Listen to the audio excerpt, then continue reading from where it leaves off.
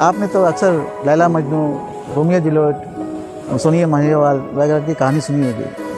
तो इंसानों के प्रेम में कैसे लोग पागल हो जाते, कैसे सल्तनत बिगड़ जाती, मतलब खून खराबा होता था, लोग अपनी जान दे देते। लेकिन काम के दौरान में इनका आपस में प्रेम हो गया।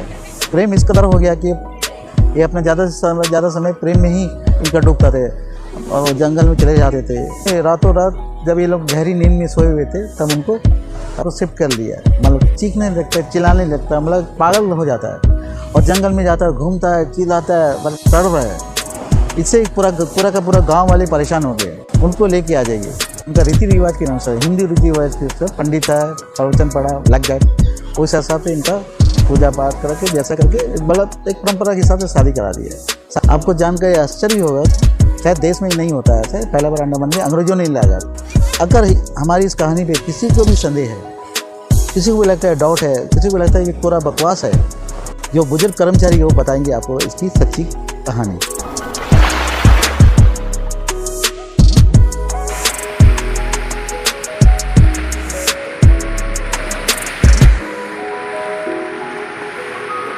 शुक्रिया, आदाब। इस हमारे चैनल में आप सभी का स्वागत है। मैं आपका दोस्त RPS। चलिए, जहाँ पे मैं बैठा हुआ हूँ इस जगह का नाम है कार्बन स्कोप। ये दक्षिणी अंडमान का सबसे खूबसूरत इलाका में आता है। लोग कहते हैं कि अगर इसका सैर नहीं किया जाए तो आपका अधूरा माना जाता है। अब कार्बन स्कोप कैसा ये नाम पड़ा है, इसके बारे में आप इतिहास के पन्नों में जाते हैं। कहा जाता है कि 19वीं सेंचुरी के बाद में अंग्रेज़ों ने चेन्नई से पादरी को बुलाया था जो ईसाई धर्म का प्रचार करता था। उसका नाम था कार्बाइन। तो कार्बाइन का मेन मकसद था कि ग्रेट अंडमानी और इनके अंग्रेज़ों के बीच में एक मैत्री संपर्क स्थापित करना था, ताकि लोगों को समझा सके कि हम भी आपके दोस्त हैं, मित्र हैं वगैरह वगैरह। खैर वो कहाँ तक सच्चा हुआ नहीं हुआ एक अलग बात है, लेकिन तब से इसका नाम पड़ गया कार्बन स्कोप।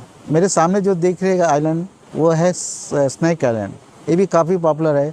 लोग कहते हैं कि यहाँ सांपों का डेरा है और इसके बीच में एक नाला जाता है जो बहुत ख़तरनाक नाला है। काफ़ी लोगों को डूबने से यहाँ मौत भी हो चुकी है, कई मौतें हो चुकी है। खैर लोगों को मना किया जाता है कि उस आइलैंड के आसपास नहीं जाए, खासकर पर्यटकों को। चलिए, ये तो रहा यहाँ के बारे में। मैं आपका परिचय कराता हूँ एक अमर प्रेम कहानी से। आपने तो अक्सर लैला मजनू, रोमियो जूलियट, सोनिया महिवाल वगैरह की कहानी सुनी होगी। तो इंसानों के प्रेम में कैसे लोग पागल हो जाते, कैसे सल्तनत बिगड़ जाती, मतलब खून खराबा होता था, लोग अपनी जान दे देते। लेकिन चलिए, इससे हट के हम दो हाथियों की कहानी सुनाते हैं, दो हाथियों की अमर प्रेम कहानी सुनाते हैं। इस अमर प्रेम कहानी का ताल्लुकात जो है, यानी कि संबंध जो है, वो यहाँ से काफ़ी सैकड़ों मील दूर एक छोटा सा द्वीप है जिसका नाम स्वराज द्वीप कहा जाता है। यहाँ फॉरेस्ट के डिपार्टमेंट का दो हाथी के बच्चे थे, मतलब जवान बच्चे थे, जिनका नाम, एक का नाम था सैमसन जो हाथी था और दूसरा हथनी थी, उसका नाम था डेला। इन दोनों के फॉरेस्ट डिपार्टमेंट में ऐसे कर्मचारी है, उनका नाम दर्ज है और कर्मचारी ये काम करते थे अपना फॉरेस्ट डिपार्टमेंट के लिए। जंगलों में से लकड़ी के कटाई ढलाई में काम करते। बस काम के दौरान में इनका आपस में प्रेम हो गया। प्रेम इस कदर हो गया कि ये अपने ज़्यादा समय प्रेम में ही इनका डूबता थे और जंगल में चले जाते थे। तो इससे काफ़ी स्थिति गंभीर हो गई। फॉरेस्ट डिपार्टमेंट को लगा कि अब इनसे काम कैसा लिया जाए। काफ़ी परेशानी हो रहा था कि जब भी इनको जंगल में छोड़ा जाता है, काम की जगह छोड़ के कहीं और चले जाते थे। तो काफ़ी विचार विमर्श करने के बाद में इन्होंने डिसाइड किया है कि क्यों ना आपका डेला को हम किसी और आइलैंड में शिफ्ट कर देते हैं। तो हैवलॉक आइलैंड के पास ही में एक आइलैंड है जिसका नाम जॉन लॉरेंस आइलैंड है। छोटा सा आइलैंड है, वो भी फॉरेस्ट डिपार्टमेंट के अंडर में है। वहाँ भी जंगलों के काम काज चलता है।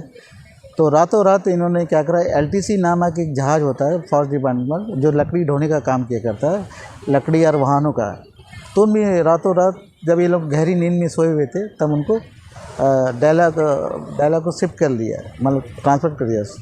जब सैमसन का सुबह आँख खुलती है, देखता है कि डेला नहीं है, तो वो चीखने लगता है, चिल्लाने लगता है, मतलब पागल हो जाता है और जंगल में जाता है, घूमता है, चिल्लाता है, मतलब एक अलग से आवाज़ निकालता है, क्योंकि उसकी भाषा तो हमारी समझ में नहीं आएगी क्या बोलता है।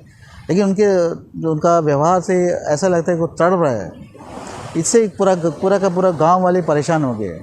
तभी गांव का प्रधान ने कहा कि सर ये तो नहीं चलेगा, ये तो बेटर है कि आप एक काम करिए, उनको लेके आ जाइए और जॉन लॉरेंस आयरन लेके आइए, दोनों को साथ रखिए और दोनों का विवाह करा दीजिए रीति रिवाज के अनुसार। तो वहाँ का जो फॉरेस्ट अफसर है उसको लगा कि ये काफ़ी अच्छा सुझाव है। फिर उन्होंने क्या किया कि एलटीसी वापस बेला को ये हैवलॉक आइलैंड में लाए। फिर उनका रीति रिवाज के अनुसार, हिंदी रीति रिवाज के अनुसार पंडित है, प्रवचन पढ़ा, लाइक दैट, उस हिसाब से इनका पूजा पाठ करा के जैसा करके मतलब एक परंपरा के हिसाब से शादी करा दी है। शादी कराने के बाद इनका लिस्ट में नाम भी डाल दिया, जो उनका कर्मचारी का लिस्ट होता है कि वाइफ हस्बैंड का। इसके बाद ये दोनों वाइफ हस्बैंड साथ रहने लगे और फिर दोनों काम भी करने लगे। वो भी समझ गए कि काम ही ज़रूरी है, अगर काम नहीं होगा तो उनको भोजन नहीं मिलेगा, उनको किसी तरह फैसिलिटी नहीं मिलेगा। आपको जानकर आश्चर्य होगा कि हिंदुस्तान में पहला ये एक सेंटर आइलैंड है जहाँ पे हाथियों का नाम, काम करने के लिए हाथियों को लाया था मेनलैंड से, सबका नाम का रोस्टर बनता था, उसका अटेंडेंस होता था, उनका मेडिकल छुट्टी होता, उनको पेमेंट मिलता था और पेमेंट के हिसाब से उनका अवकाश भी मिलता था। ऐसा नहीं है अगर जैसा आपको साल में इतना छुट्टी है तो उनको भी मिलता था। तो उसी नियम का अनुसार इन लोग को भी मेंटेन करके रखते थे। तो ये नया चीज़ है, शायद मेनलैंड वालों को पता भी नहीं हो कि हाथियों को भी कर्मचारी की तरह ट्रीट किया जाता है। शायद देश में ही नहीं होता है ऐसे, पहला बार अंडमान में अंग्रेजों ने लागू किया था। ये अलग बात है कि जंगल की कटाई के कारण, जंगल की कटाई में के पर लगी प्रतिबंध के कारण फौज का कामकाज रुक गया था, काफ़ी हाथी बेरोजगार हो गया। चलिए वो बात करते हैं। दोनों आपस में प्रेम करते थे और दोनों साथ साथ रहते थे। बाद में उनका क्या हुआ क्या नहीं हुआ वो आज तक पता नहीं चला। अगर हमारी इस कहानी पे किसी को भी संदेह है, किसी को भी लगता है डाउट है, किसी को लगता है कि पूरा बकवास है, तो कृपा करके आप फॉरेस्ट डिपार्टमेंट के आर्काइव में जाइए और देखिए उनका जो मास्टर रोल में है सैमसन डेला का नाम लिखा हुआ है और जो बुजुर्ग कर्मचारी वो बताएंगे आपको इसकी सच्ची कहानी, सच्ची कहानी। धन्यवाद।